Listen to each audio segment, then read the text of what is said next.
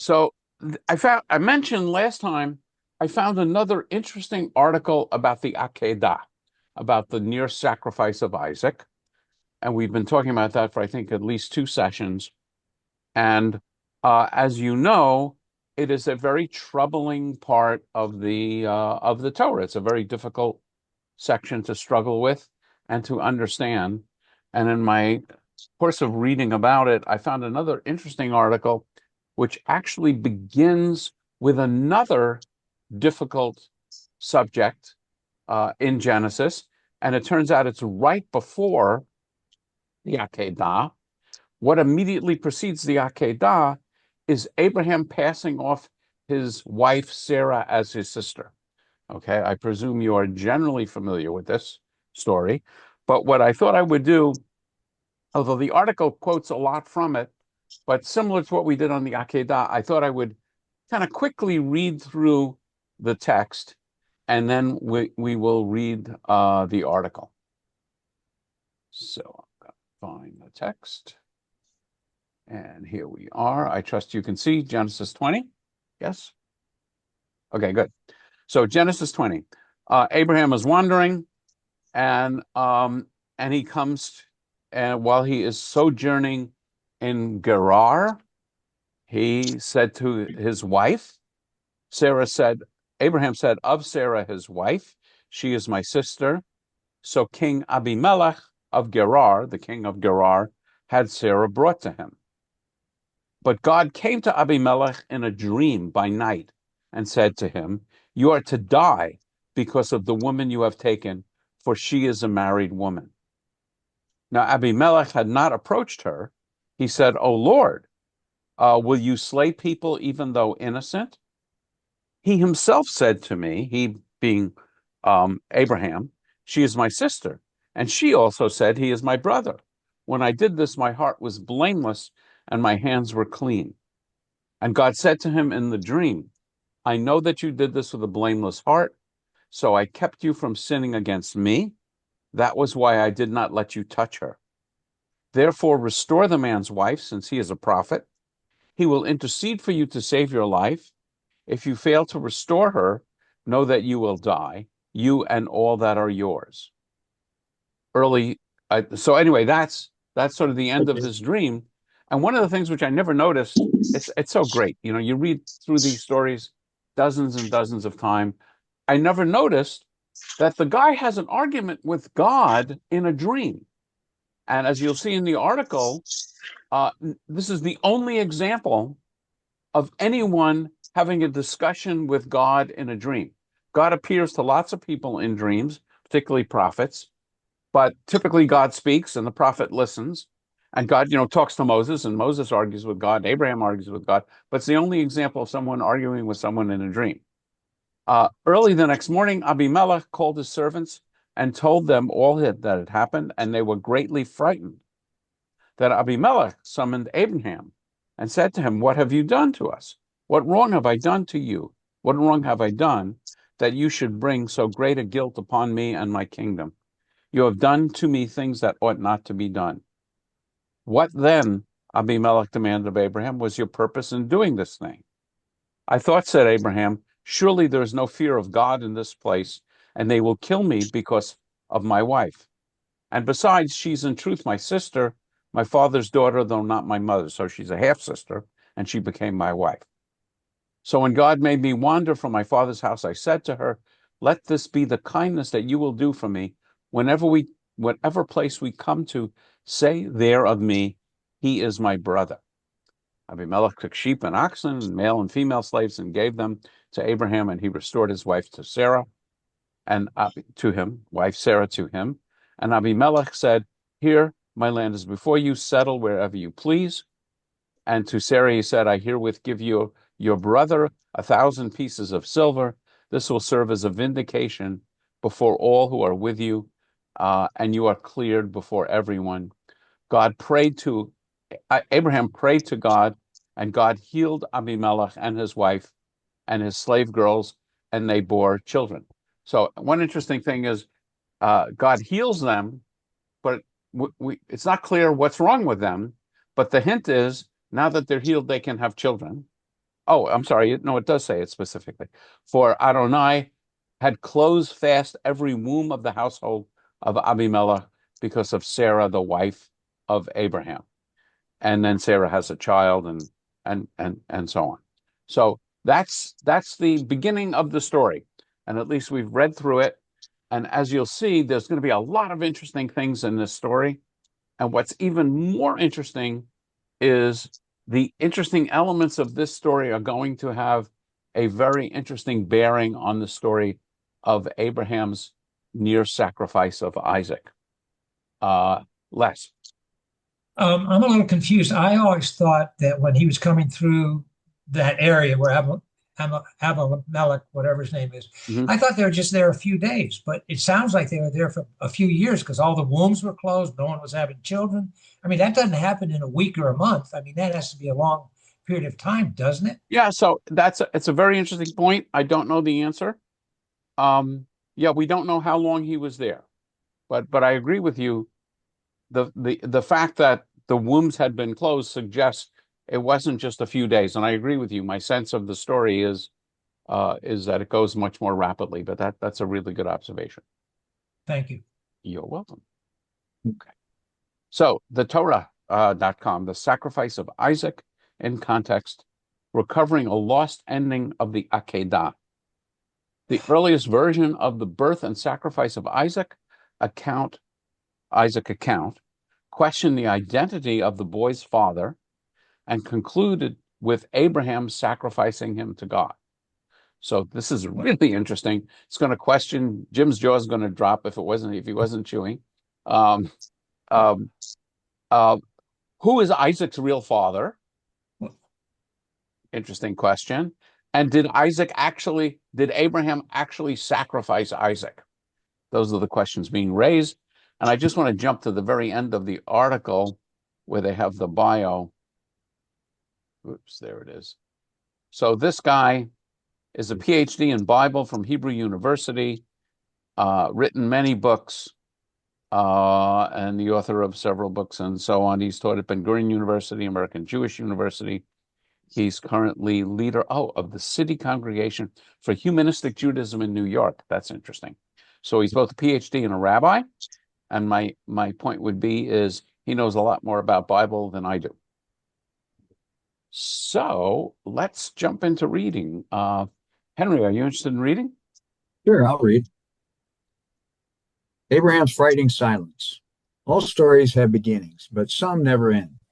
The analysis of Isaac's sacrifice, an account generally acknowledged as one of the seminal texts of the Western canon in general, and Judaism in particular, usually begins with God's command to Abraham to go forth to the land of Moriah and sacrifice his son, Abraham. Silently obeys, and history is forever changed. Abraham's silence is one of the biggest mysteries of the Akedah. The existential philosopher Soren Kierkegaard was frightened by it. Silence is the snare of the demon, he said, and the more one keeps silent, what's that? Did I say something wrong? Oh, you got it. All right. He says, and the more one keeps silent, the more terrifying the demon becomes. Despite this, Kierkegaard appreciated the aesthetics of the terse biblical text and continues his observation by saying that silence is also the mutual understanding between the deity and the individual. And of course, they're referencing the fact that Abraham, you know, answers his son about where, his son asks, where's the sacrifice animal? And Abraham says, God will provide it. But Abraham doesn't say anything else to Isaac. I hear it. Kierkegaard, however, wished to advance beyond the appreciation of aesthetics and understand the why. And in this, I believe, he failed. In this piece, I will attempt to explain the why of God's command and Abraham's silent obedience. But to do so, I must begin my account elsewhere. Sarah in Abimelech's house, the background to the Akedah. The story of the binding of Isaac begins with Abraham, the wanderer, arriving in Gerar. Abraham said of his wife Sarah, "She is my sister." and King Abimelech of Gerar sent and took Sarah. But God came to Abimelech in a dream by night and said to him, "You are about to die because of the woman whom you have taken, for she is a married woman." The story unfolds quickly. One would think that Abimelech must have taken Sarah in the intimate sense as the Hebrew verb to take may imply, especially in contexts where men take women. Otherwise, why would God threaten him with death? And yet, when Abimelech declares his innocence in the matter, reminding God that Abimelech had identified Sarah as his sister, God responds. So let me just comment.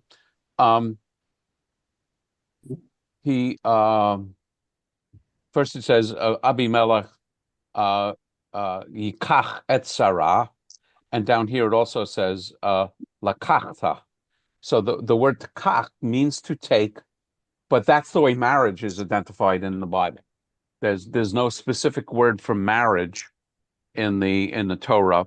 It basically says when a man takes a woman. Less. I never thought of this before, but when Isaac asked Abraham, "Where's the sacrifice?" and Abraham says, "Well, God will provide."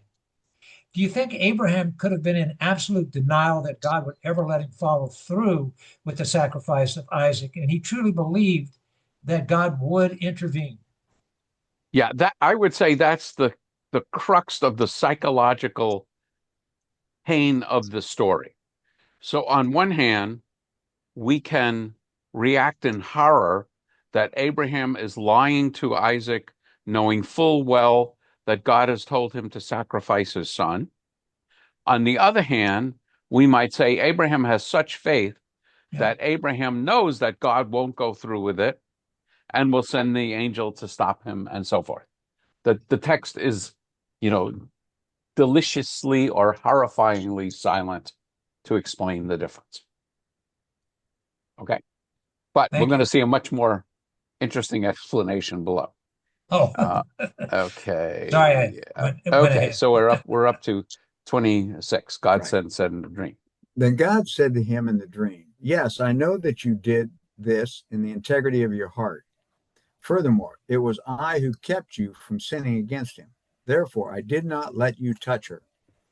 Now then, return the man's wife, for he is a prophet, and he will pray for you, and you shall live. But if you do not restore her, know that you shall surely die, you and all that are yours." According to this, Abimelech did not actually lay with Sarah after all. Abimelech defends his innocence in a dream. That Abimelech answers the all-powerful accuser and wins the argument while he is still asleep is amazing. This dream dialogue is, in fact, the Latin word is sui generis. Sui generis in the Bible, which records no other such occasion. And sui generis means absolutely unique. Usually, dream revelations are one-sided, with only God speaking and the dreamer listening.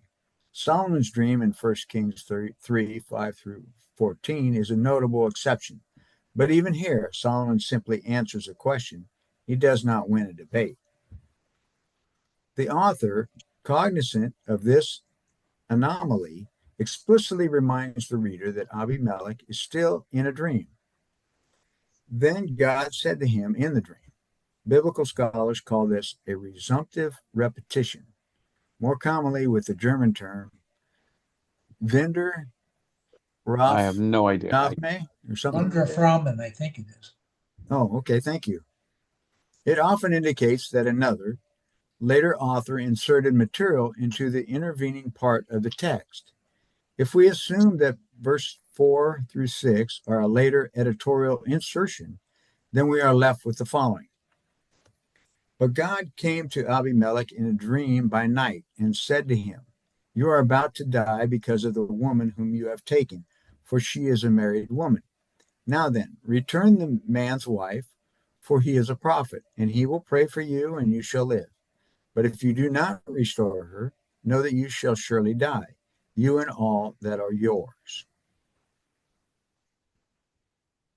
We, the protestation of I think it innocent. probably means with the protestation of innocence. Oh, okay, okay. With the protestation of innocence removed, we can return to the simple meaning of verse 2.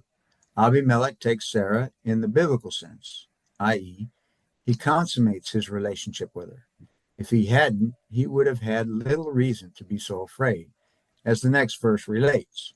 So Abimelech rose early in the morning and called all his servants and told them all these things, and the men were very much afraid. Fear is the key word. Abimelech is afraid, and his servants are afraid, all for good reason.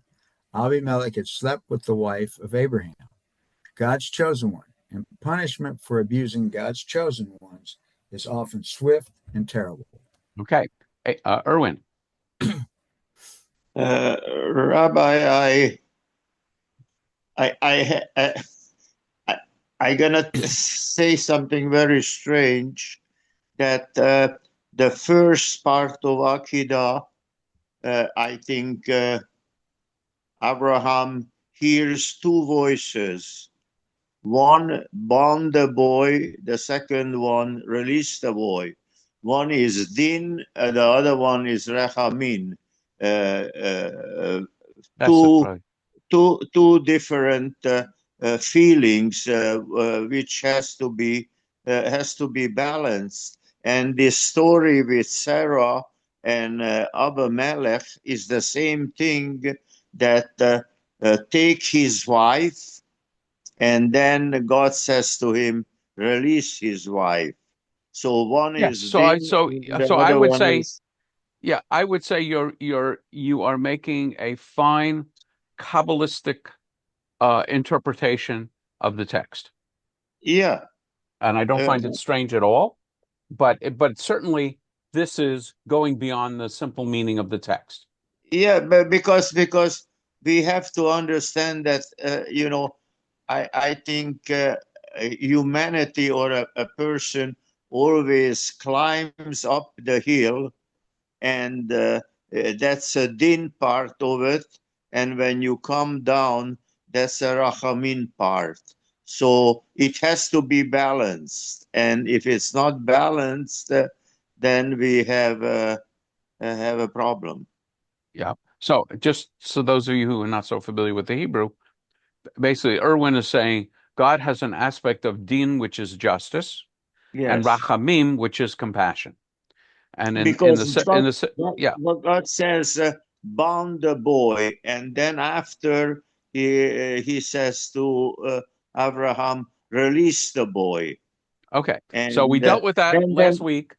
And I would say again, your commentary is reasonable, but it doesn't address a lot of the problems here, because did God lie when he said you're going to sacrifice your son? And also I think when how you call it, Abraham raises his knife, his son soul goes up, his neshama leaves his body, and when he comes back, when he is not sacrificed, he is come back, and he is never the same. Yes. So now you're getting into other stuff. One interpretation is that God actually, not God, Abraham actually did slaughter his son, and that he is resurrected, which is a lot of the Christian interpretations of this text, that Abraham was confident that God would resurrect Isaac. Only his soul, only his neshama goes up to heaven, and when he comes, you don't think that's enough? If your soul leaves you, do you think you're dead? Every night my soul leaves me. Okay. That's that I would just, yeah, but yeah. And it comes back clean. The next day he comes back clean. Okay, so you send it to the dry cleaners. Okay, so no. God is the dry cleaner. I understand. I capital D, capital C. Right. Okay, but that's a Kabbalistic take on it, and I don't think it's strange, but it's definitely not what this author is dealing with. What this author is dealing with is the text as we find it, and how do we understand it, and what does it have to do with the Akedah? Okay, That's how I understand it. I understand, but that's definitely not how this author understands it. Mhm. So, whoops, hold on, I lost it for a second. Okay, here we go. Abraham's inappropriate fear. Okay. Abraham's inappropriate fear. In the story, Abraham is also afraid, but for all the wrong reasons. And Abimelech said to Abraham, "What were you thinking of, that you did this thing?" Abraham said, "I did it because I thought, there is no fear of God at all in this place, and they will kill me because of my wife." So again, the pshat. Oh, let's just read one more sentence, and I'll comment. One more Instead, little paragraph. okay, instead of trusting in God's helping hand to protect him, Abraham was worried that there was no fear of God in Gerar and that he would be killed on account of his wife. The continuation of the story, suggesting that God protects Abraham, shows that his fears were baseless. Abimelech comes off contrite and willing to make restitution. Abraham later offers another excuse for his behavior. So just before you read that, just from the pshat point of view, what's going on, just in case, it's easy to lose sight of this, Abraham is traveling with what must be his drop dead, gorgeous, irresistible wife, right? Everybody agree on this? Mhm. Anybody remember how old Sarah is at this point in the story? Like 90, right? 30s? Yeah, around That's 90. close to 90. Yeah. Ooh. Which part of the drop dead and gorgeous am I supposed to understand? Well, Abraham is afraid that the king will be so taken by his wife that the king will have Abraham killed. Hmm. So then she's a widow, and now she can be taken by the king. So Abraham twice says to Sarah, there are two episodes, I think one is in Egypt with the Pharaoh, Mhm. that tell people you're my sister, so that people feel free to take her and become, take her sexually, because they don't have to kill Abraham first. I'm just pointing out, Abraham doesn't come off so well here. And let's just read again. We read this before, but verse 12. Besides, she is indeed my sister, the daughter of my father, but not the daughter of my mother. And she became my wife. And when God caused me to wander from my father's house, I said to her, "This is the kindness you must do me at every place to which we come. Say to me, he is my brother." This excuse really stretches the reader's credulity and is self-derisive. It certainly does nothing to commend Abraham in our eyes. Even if Sarah is indeed his sister, the small matter of the incest taboo notwithstanding, he is still married to her. The narrative account accentuates the matter by placing this excuse second, as if to say, besides the real reason, the fear of God issue, I wish to note that. Okay. I mean, first he says, I was afraid because nobody fears God and people will take my wife. Then he says, oh, by the way, she really is, she's only my half sister, which raises the issue of why is he married to his half sister, and he's still married to her, so people taking her as as his wife is still an issue. Okay. Abraham's behavior. Abraham's behavior is part of a pattern, as he notes, at every place to which we come. Say of me, he is my brother. Critical scholars often attribute remarks that attempt to explain a pattern to a later layer of the text. Therefore, it seems likely that verses 12 through 13, which attempt to explain Abraham's usual behavior of lying about Sarah, may have been put into Abraham's mouth by a later editor. Clearly, this scholar is treating the text as something to study rather than, just the divine word of God. And we're going to hear a discussion of, the J text and the E text later on. Alan.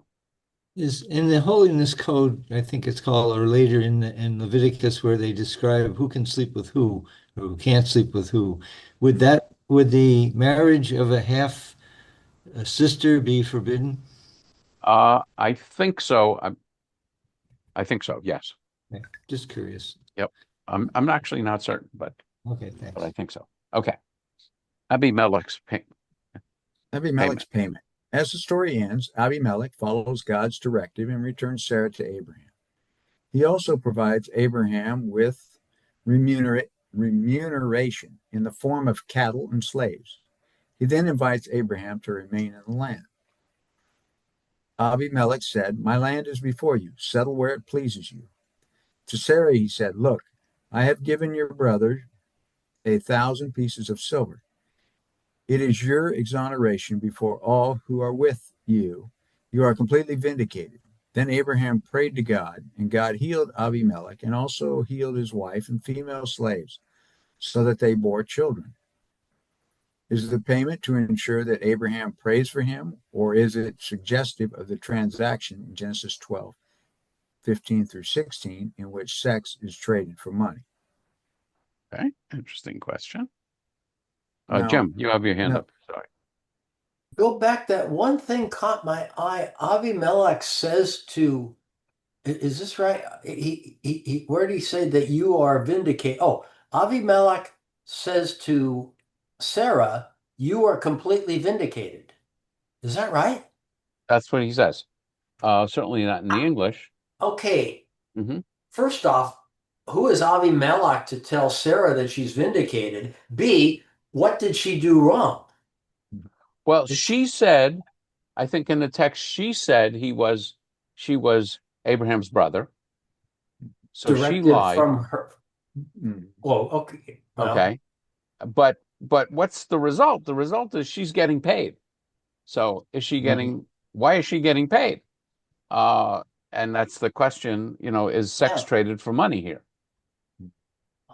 There Oh. goes Jim's jaw. I almost dropped it. Didn't quite make it, but it was close. Okay. Healing Avimelech's infertile female household. Okay. As God promised, Abraham prays for Abimelech, and Abimelech is cured of a problem he did not know he had, his sexual impotence, and the infertility of his wife and female slaves. This statement is very suggestive, implying that Abimelech's impotence is of import to the story. If Abimelech did lie with Sarah, as the original story implies, we would certainly want to know whether he could consummate the relationship. The text here states that Abimelech is impotent, but the critical question remains: did his impotence occur before he slept with Sarah or afterwards? The text does not tell us. The text does, however, add a final note. For Hashem had closed fast all the wombs of the house of Abimelech because of Sarah, Abraham's wife. This verse is widely acknowledged as an addendum to the chapter. It uses a different name for the deity, Yud Hey Vav Hey. Yud-Heh-Vav-Heh, as opposed to God, Elohim. Therefore, it is accentuated the infertility of Abimelech's female consorts, thus heavily implied that Sarah, who had been part of Abimelech's household, was herself also infertile, at least when she was with Abimelech. The editor has added this information to clarify the identity of the father of the baby that will be born in the very next verse. Remember, the next verse after this story, there goes Jim's jaw. I've been waiting for it. The next story in the text is the birth of Isaac. So the question is, who is Isaac's father? And what this author is suggesting is a later addition where God makes all the women infertile. Therefore, Sarah too must have been infertile. Therefore, Isaac must be Abraham's child. And one bit of evidence for this is in this verse, God is referred to by Yud Hey Vav Hey, whereas in almost all the other parts of the story, God is referred to as Elohim.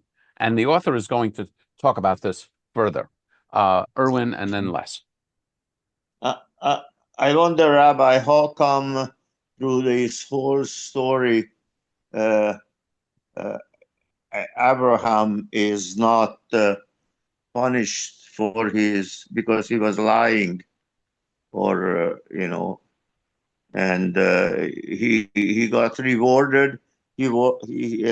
Abimelech rewarded him. Yeah. Sarah stays with him. Yep. And So, you know, I really Well, I don't mean, know. you raised the question last time. Abraham goes through these tests. So in the next story, Yeah, and hold on, let but me answer the question. I always say you can't argue with my answer to the question until you let me answer it. In the next story, Abraham is going to be punished. He's going to be told to sacrifice his son, and he passes that test of faith. So you can argue that Abraham passes the test of faith in God. But it's unsatisfying. These are troublesome texts. I don't want to imply that they are not troublesome texts. They are troublesome texts. What this author is going to imply is the e-source created a text which casts a lot of doubt on who's the real father of Isaac, and the J source, being later and uncomfortable with the E story, puts these interjections in to make sure it's clear that Isaac is Abraham's son. That's the bottom line here. And I'm pretty sure now, Jim, that your fundamentalist pastor is never going to want to even speak to me. Les.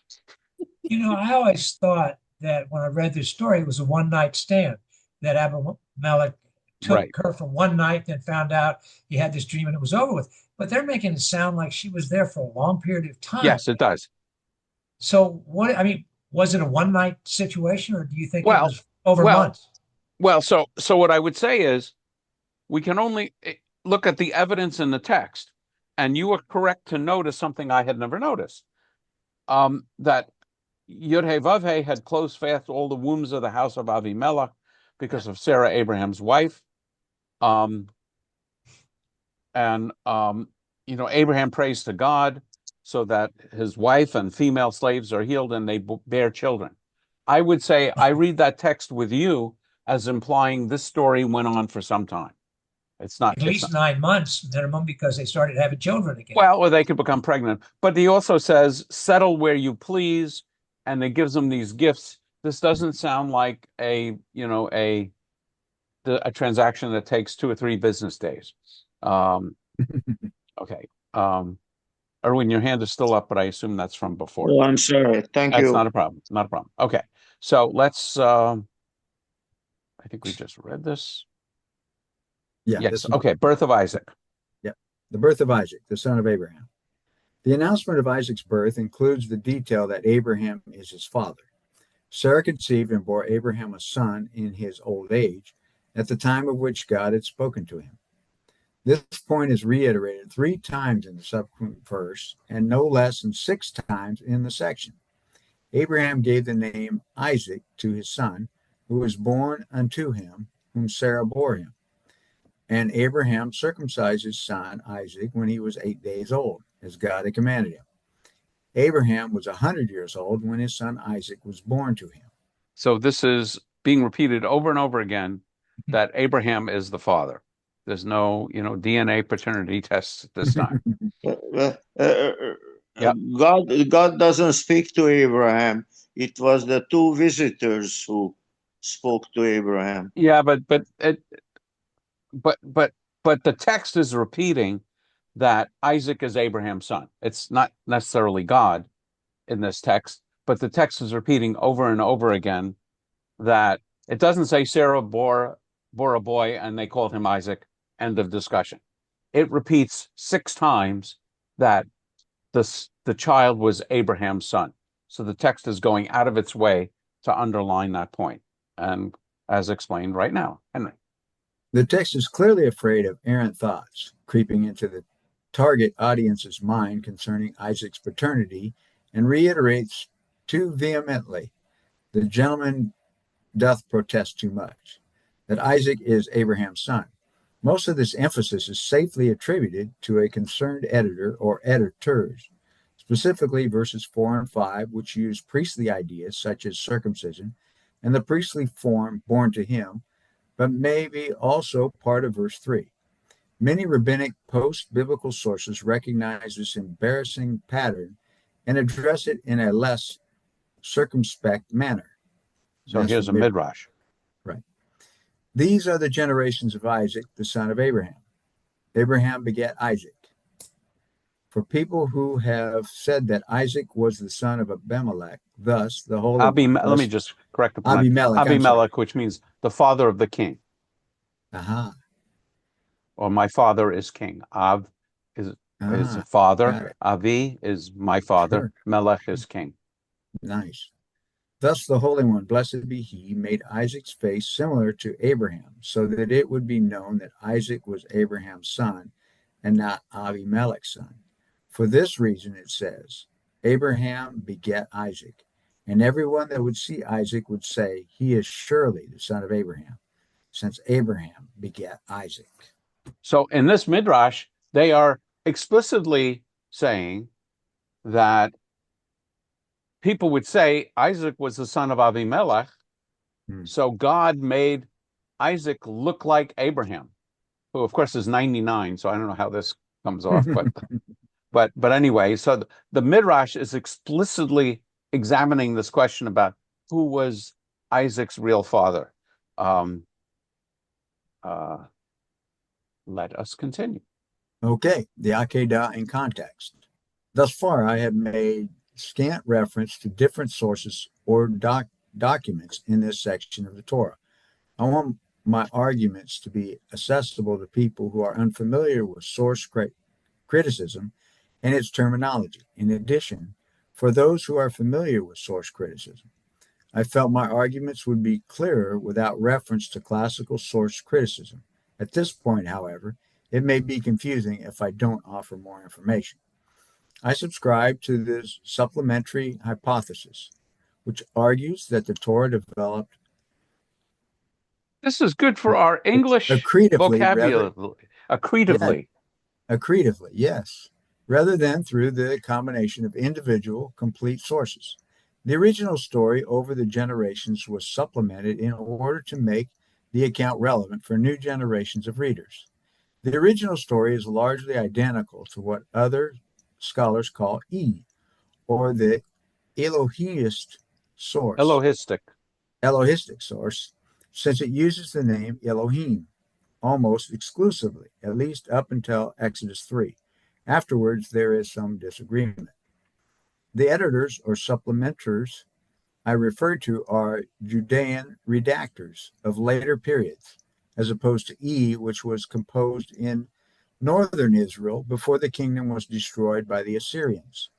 The most prominent among these redactors is J, who preferred to use Yud-He-Vav-He, the Tetragrammaton, as the deity's name.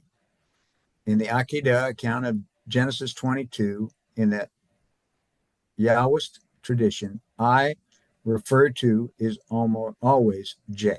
Okay, so I just want to explain the point he makes because I've never heard this point before. Normally, when we study the documentary hypothesis, we have these at least 4 different authors, E, J, He, and D. E, who refers to God as Elohim, J, who refers to God as Yud-He-Vav-He, P, the priestly author, and D, the Deuteronomy author. What he's arguing here is that it wasn't, and so there's this kind of concept which I think Richard Elliott Friedman embraces of the redactor R pulling together these sources into one document. What he is arguing for here, which I think makes a lot of sense, is the idea that it's a successive editing. You have the e-text, and the text gets handed down, and the J authors. It's not like there was always a separate J version of this story, but the J authors are going to insert lines and phrases into the text which make it more palatable. Okay, let's go on to the Akedah. The Akedah. We can now read the Akedah in Genesis 22 as God's response to Sarah's cohabitation with Abimelech and Isaac's birth. After these things, God tested Abraham. He said to him, Abraham, and he said, here I am. He, referring to God, said, take your son, your only son Isaac, whom you love, and go to the land of Moriah and offer him there as a burnt offering on one of the mountains that I shall show you. The Akedah is enactment of the most brutal poetic justice. Abraham sinned and did not trust in God. His sin may or may not, we as readers are not privy, have led to Sarah's impregnation and the birth of Isaac. Not having trusted in God once, God demands from Abraham a very higher level of trust. The vehicle of Abraham's renewed devotion and fear is the unintended result of this previous lack of devotion, his son Isaac. So again, just to explain, this author is arguing that the Akedah may be a punishment for Abraham's lack of faith in God, namely that God wouldn't protect him and God would give, and so therefore he needed to give his wife to another man who subsequently actually may have impregnated her, and that Isaac is not necessarily his son. We're going to read one more line and I'll call on Erwin and Les. It does not matter that Isaac is innocent. Here, Isaac is no more than God's instrument. His life is no more and no less than a cosmic joke, and is inconsequential with God's purpose, when God's purpose is to teach humans proper respect. Isaac's sacrifice is meant to demonstrate the importance of fearing God, and that trumps any importance of Isaac as a person. Okay, Erwin and then Les. I don't think there is such a thing as a little faith or little belief. It's the same thing if you tell me, oh, I am a little pregnant or maybe pregnant or something like this. If you believe in God, you believe in God. There is no in between. I mean, you cannot say, okay, I believe in God Monday, Tuesday, Wednesday, and the rest of the week. No, I don't believe in actually, God. I think that's a reasonable position with which I disagree.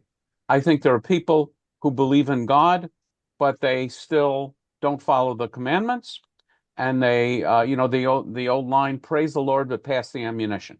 That although they believe in God, they still, there are certain religious movements like Christian Science that say exactly what you're saying. If you believe in God and you have faith in God, you don't have to have vaccinations, you don't have surgeries, you don't take blood, because your faith in God means you trust God for all of those things. And then there are others like us who say, yes, I believe in God, but I still believe we ought to do all these things. So I do think that there are different levels of faith. I think that is demonstrably true. I understand you may not recognize it, but I would just respectfully disagree. Les. Tell me if the Hebrew translation is accurate on this. When God says, Abraham, take your son.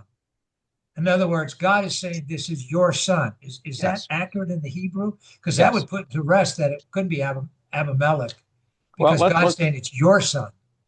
Yes, I agree with you. I agree with you. And it definitely says, yeah, Kach na et bincha, et yechidcha, asher ahavta. So the English translation is good. And of course, at this point, Abraham believes that he is the father of Isaac. Let's see what the article goes on to say. But you're absolutely right, Alan. So something I read this week in the Israeli issue with the draft exemption of the Haredi, the leaders of the Haredim, or however I say it, Haredi are ultra-Orthodox Jews. Ultra-Orthodox Jews, and they, for somewhat of a loose end, that the Prime Minister of Ben Gurion, allowed them to not be in the army, but now is a big problem because there's 80,000 of them. But the thing I heard was that these people are arguing against the draft of young men into the army because the soldiers are not necessary. It's the prayer in the yeshiva that are going to protect Right. Israel from the enemy. Right. And I've heard that argument before, that they would say the Haredi are, I don't know that they would say that soldiers are not necessary, but what I've gotten a sense of is the ultra-Orthodox arguing that the role of the Haredi in being observant is as important or even more important to the survival of Israel than Well, the armed soldiers. they're getting pushed so hard on this that they actually made it more stronger. I Oh, didn't okay. know Yeah, okay. exactly, but Yeah, they're actually I hadn't heard trying to that. position themselves as more important in a way that the soldiers aren't really solving the problem. Some of us might argue they're not solving the problem enough by fighting, but not because the Haredi is the solution, in my opinion. Yeah. And I once heard along a slightly similar line in a very different context that, the Catholic Church created a monastery at the borders of Auschwitz. And there was a collection of nuns there Praying. to address the problem of Auschwitz, and their job was to pray. So in that role, they sound very much like the Haredi, that the nuns praying is as important to resolve the question of Auschwitz as, fighting anti-Semitism. That was when, with time-wise, I vaguely remember that was not during the Holocaust, right? That was No, way. no, no, No, no, no, no, no, after. no, no. Yeah. After. This may be 30 years. I actually stayed at that monastery. Okay, thank you. Okay. So what really happens to Isaac? Let's What really continue. happened to Isaac? Is Isaac then a sacrifice as Elohim commands? Not according to the received canonical text. When they came to the place that God had shown him, Abraham built an altar there and laid the wood in order.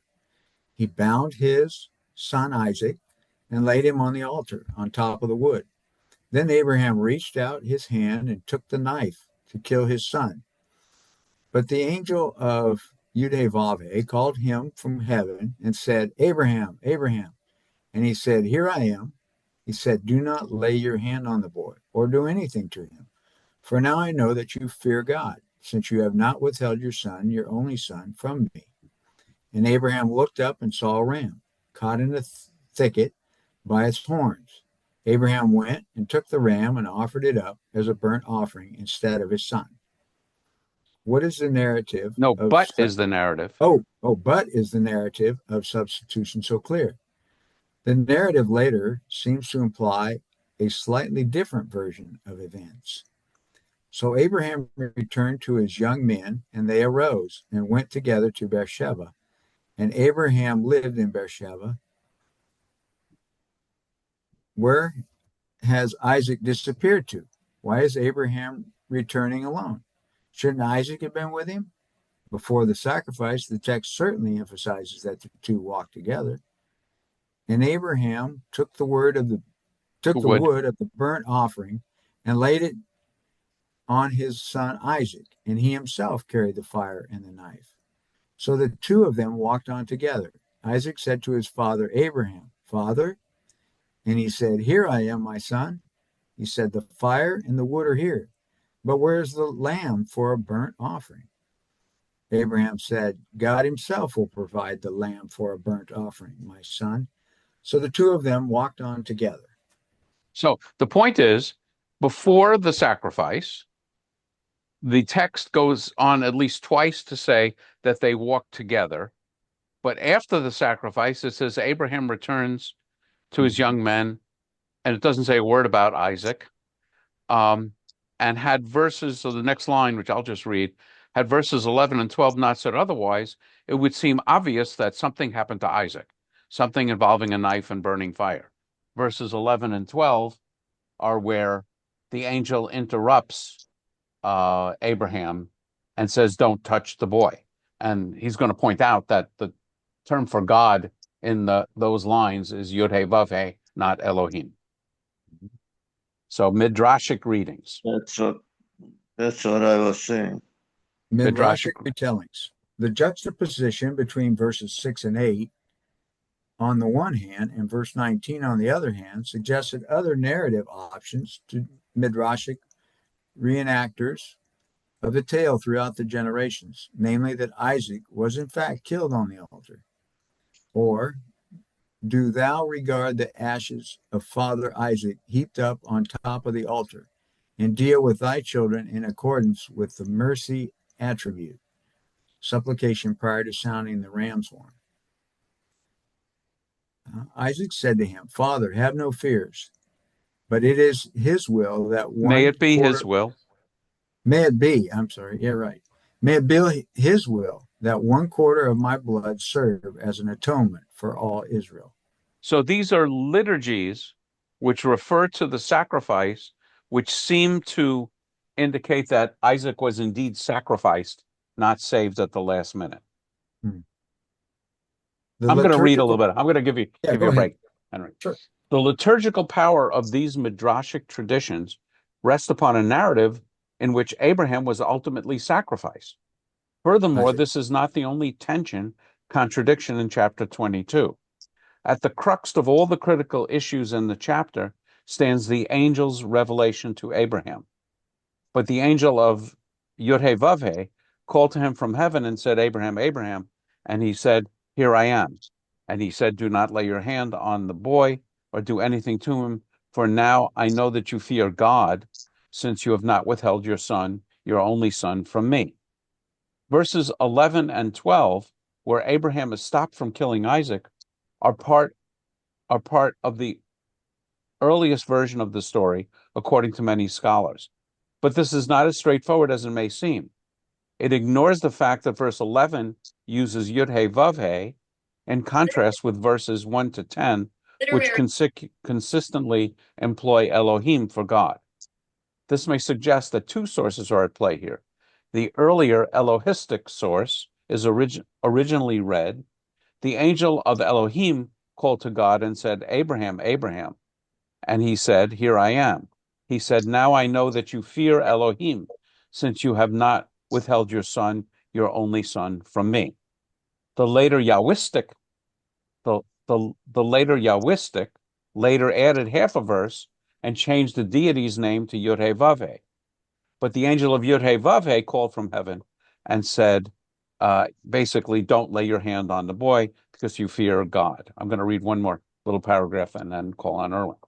In other words, in the original E story, Isaac, the tiny wisp of Sarah's laughter, remember Isaac's name is Yitzchak, which means laughter because Sarah laughs when she hears that she's going to give birth at 90, is sacrificed by his zealous father Abraham to atone for his past indiscretions.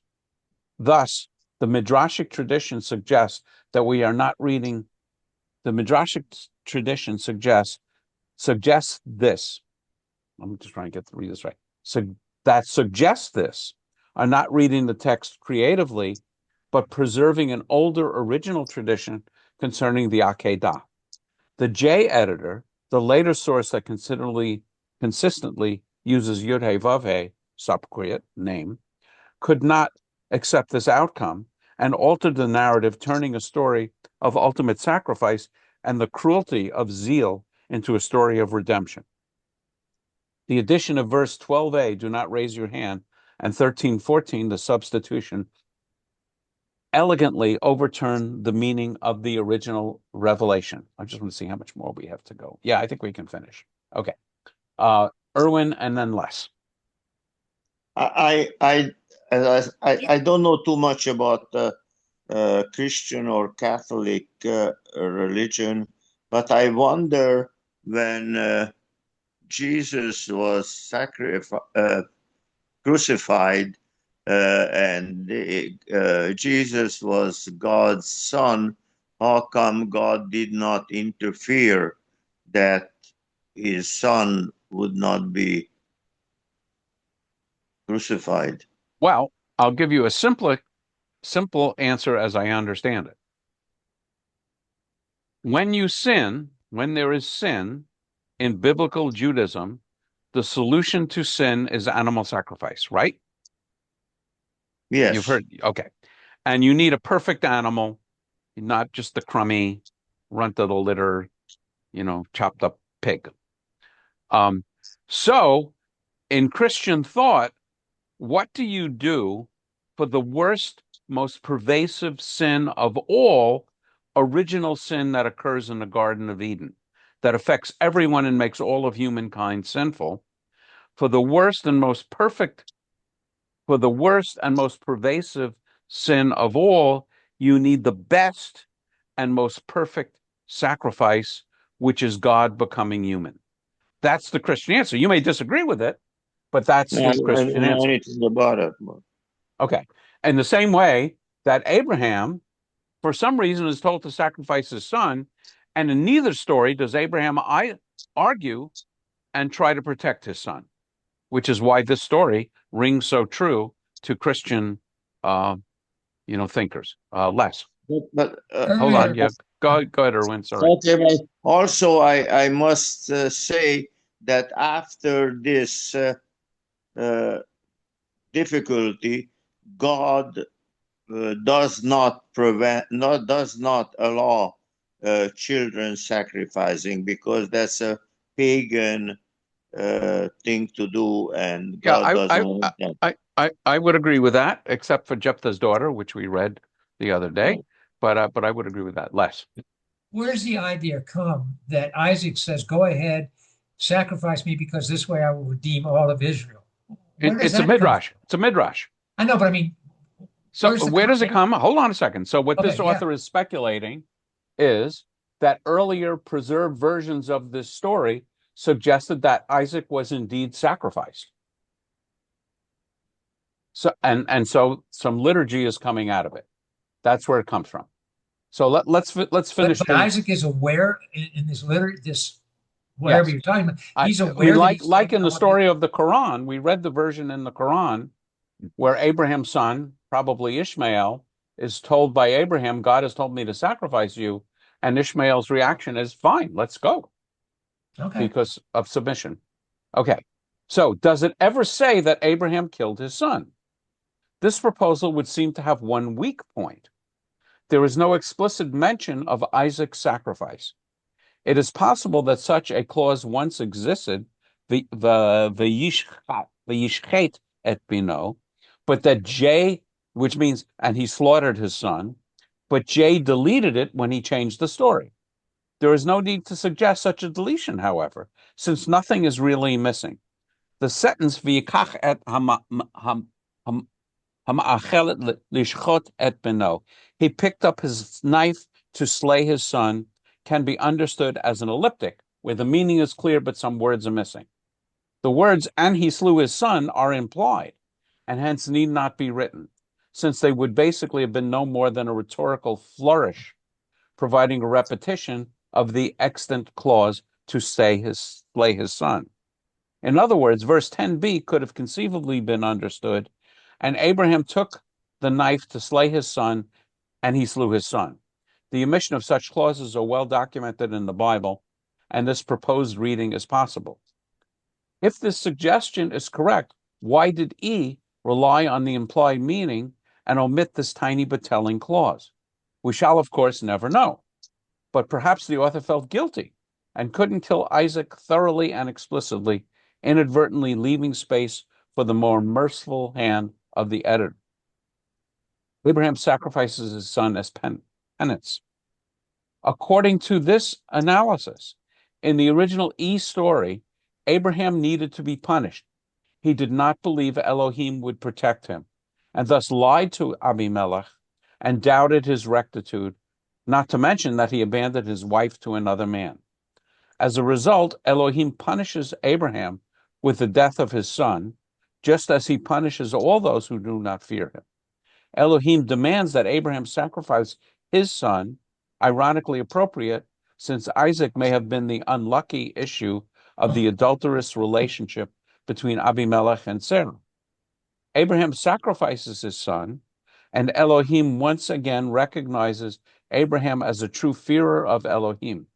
Needless to say, we should be more than happy that at least canonically, the name Yud He Vav He consistently overrules the numinous, irrational, and awesome dimension summoned by the name Elohim. And I'll just mention that the rabbis, like Irwin, associate the name of God Elohim, which can mean judge, as the more judging aspect of God, and Yud He Vav He as the more compassionate aspect of God. Okay, and then if you're interested, I'm not going to go through it. If you wanted to read this whole story and what the author is referring to as the original E version without the J additions, you can do it there. I'm going to stop sharing so we can see each other and ask for closing or other thoughts. I, Hold on, Erwin. I'm going to ask Les and then Henry and then you. okay. Rabbi, is Isaac never mentioned again in the Bible? No, I would say, and I'm a little surprised that this author doesn't discuss it, because we have the entire story of Isaac, and Isaac is old and blind, and his son Jacob steals the blessing. Right. So yeah, I have no idea. I have to say I am clueless on this as to why that aspect of this story doesn't heavily discount all of these points. I'm with you. I'm glad you actually brought that up, because I wanted to make sure that we heard that. Henry. Yeah, just briefly, some of the aspects kind of made me think of the story of the punishment, where God's doing the punishment here, and so forth, and so on. Kind of reminded me a little bit of David, where David's child, Right. is killed and so on, where he's praying and all that, and trying to preserve the life of the child, and it doesn't happen, and so on. Mm-hmm. So it's kind of a little connection there. I kind of draw from some of the closing thoughts that he brought up. Yeah, I mean, the idea that God kills you for sinning is a pretty common idea in biblical Judaism. There are lots of sins which are punishable by death. I mean, violating the Sabbath is punishable by death. Adultery is punishable by death, and so on. So I just thought, I was doing research on the Akedah. I came across this article. I thought it was fascinating because it linked this other troublesome story. So you had one troublesome story, Abraham passing off his wife as his sister to protect his butt. And another troubling story, the Akedah. And then we have the interesting conclusion here is one troubling story doesn't help you with the other troubling story. It makes the whole mess 4 times as troubling, which I am now being autobiographical and revealing what I enjoy about text study. Erwin, you wanted to say something? Yeah, I just believe that this whole story is written in the Torah, and I know I have a very, very difficult time to understand it, and I have heard it.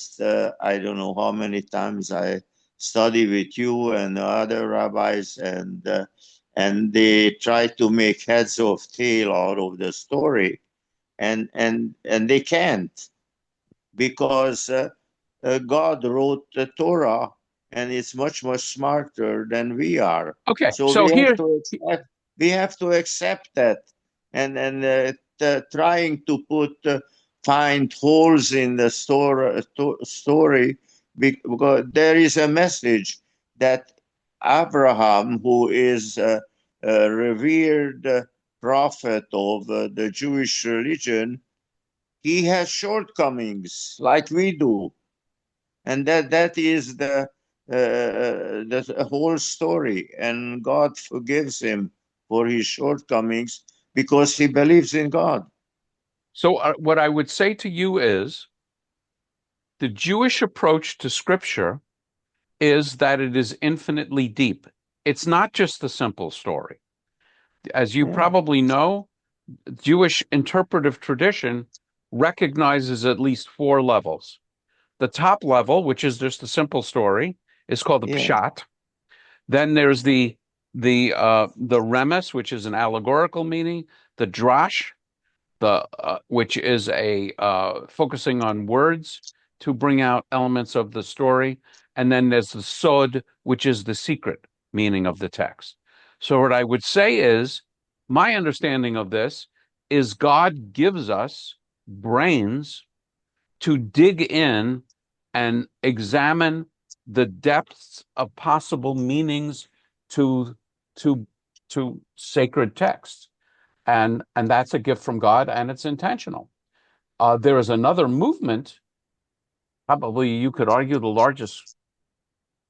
maybe the largest Abrahamic movement, which is Protestant Christianity. And at the heart of Protestant Christianity is the concept of sola scriptura, which means just give me the text and I will interpret it according to the way I want to interpret it. Don't confuse me with midrash. Don't confuse me with rabbinic interpretation. In the Catholic world, they do the same thing the rabbis do. The church fathers and the scholars dig into the text and they find deeper and deeper meanings in the text. All I can say is the Jewish tradition is not to stop at the simple meaning of the text, but to dig and dig and dig to get more and better understandings of what God is trying to tell us. And this interpretation, which I would say is not pious, because it talks about different writers of the text rather than God being the writer of the text, is another way of examining the text.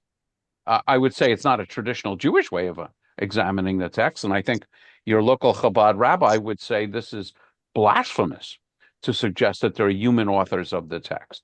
But I am not your traditional Chabad rabbi, so I want to understand the text both from a traditional point of view and from a modern scholarship point of view. Yeah, you see, I really appreciate very much, for example, how Rabbi Sacks interprets the text, because he does not say that the Torah is written by different type of people, Right. and he says that the Torah is written by God, but I explaining it Right. in Right. a And way. that So is I an understand. orthodox approach. I I absolutely. understand that, but I don't understand the E, J, and P. Well, I don't know if you I I don't know if you don't understand it or you just reject it. no, I respect, for instance, Friedman's interpretation, but I feel that sometimes he wants to interpret it that the Torah is something much different than Yes, uh, it's not a pious orthodox interpretation of the text because it doesn't reflect the idea that the text is the literal word of God. Alan. So for those that you're referring to who want to literally work with the words, they must only study it in the original language, right? Because any translation introduces some interpretation. So, Except there is a legend that the Greek interpretation is also divinely inspired, because okay. the legend is that there were 70 separate interpreters and they all came up with the exact same translation into Greek, which I don't believe for a minute. But yeah, that's a problem. But Yeah. certainly the English is not, this I've heard, blanking on his name, the rabbi from Valley Beth Shalom, Ed Feinstein. Oh, He okay. said, if you want to be a fundamentalist, I mean, he was talking about his friend, fundamentalist Protestant minister, says, just give me the text. And, Billy Bob, whatever his name is. And he says, okay, that's fine. But if you read the text in English, you've got a problem, which you hear me talk about all the time. And the problem is between word one and word two. You can't translate the first two words of the Bible literally. They're a grammatical impossibility. So, at least I would agree with you, go to Hebrew, which opens up a lot of possibilities, or go to Greek. But I don't know many fundamentalist Protestant solo scriptura types that read their Bible in either Hebrew or Greek. Mhm. They take a translation. And I would say that by just looking at the translation and relying on your pastor to tell you what it means you don't have to dig into these texts and be troubled by these texts because you never read them carefully. So I would say that's a Jewish thing, reading text carefully. And I know it's 8:15, but I'll pose one other point, which I think about all the time. As I think you all know, I'm a physicist. And so if I'm probing the nature of light, I find that for certain experiments, light behaves as if it's a collection of particles called photons.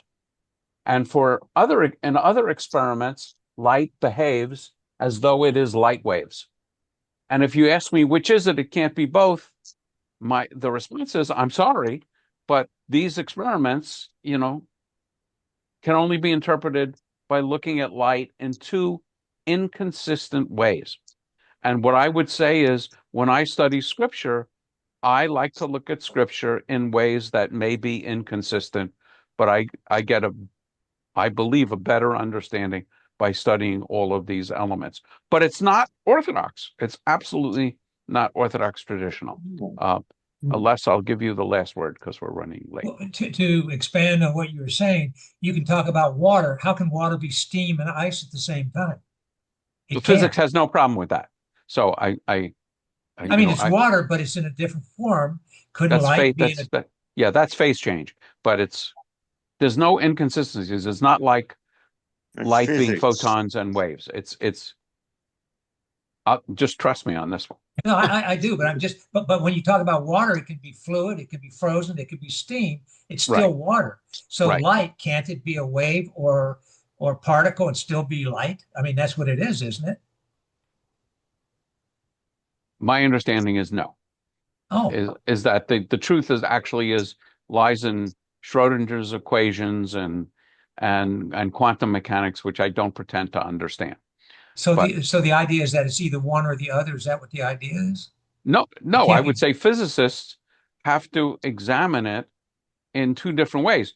And furthermore, if I use the physics that says light is a wave, right, then the photoelectric effect doesn't make sense. The way photocells work doesn't make sense. And if I assume that light is only a particle, then having a crystal, which then rainbows don't make sense. I'll use a more figurative. So for certain experiments, you have to assume light is one thing. For other experiments, you have to assume light is another thing.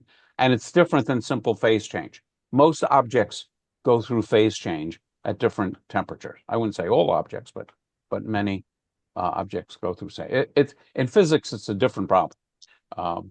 Because quantum mechanics didn't exist until, a little over around 100 years ago, when we started understanding these problems. And Einstein's Nobel Prize was for the photoelectric effect, not for relativity, because relativity so outraged the scientists of the time that they refused to give Einstein the Nobel Prize for relativity, although it was I would think it was far more profound than the photoelectric effect. Thank you. Okay. Thank you. With that combination of physics and Hebrew and all these other things, I will bid you a good evening.